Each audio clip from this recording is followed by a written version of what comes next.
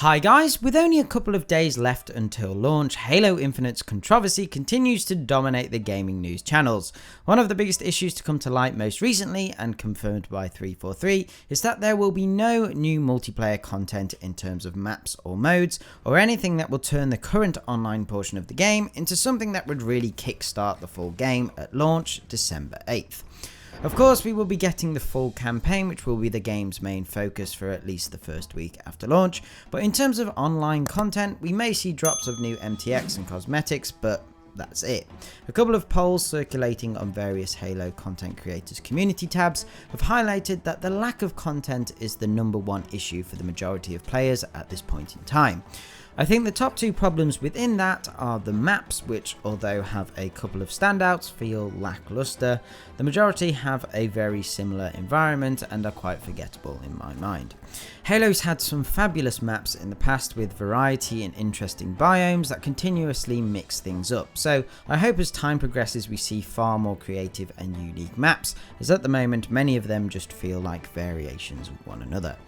The second problem is the more frustrating one. I think we can agree the current playlists are really lacking, and whilst I was happy to accept this with the game being in early access, I can understand them not wanting to show all their cards, etc, but the fact we're being told these are the only playlists at launch is quite concerning.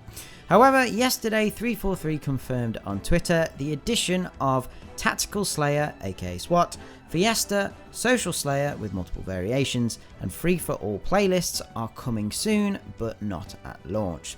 They are aiming to get these new modes live within the next couple of weeks before the end of the year.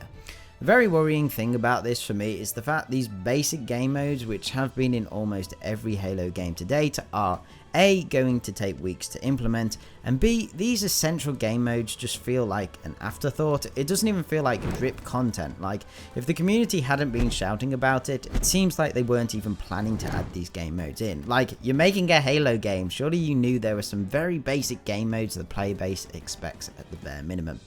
Halo has always been known for its unique and interesting game modes, like Infection for example. The franchise has been around for a very long time. They have a huge library worth of modes they could choose from to add into Infinite.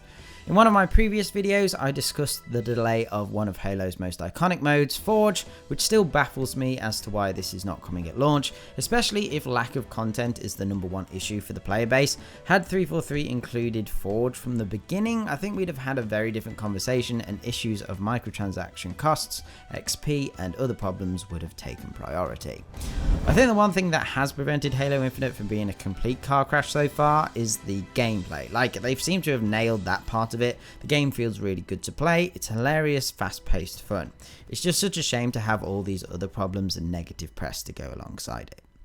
Anyway guys, that's about it for today's video. As usual, let me know your thoughts on this in the comments below, but other than that, don't forget to hit those like and subscribe buttons, turn on notifications, and if you want to support the channel further, check out my Patreon page by clicking on screen now or through the link in the description. Okay, thanks guys, bye.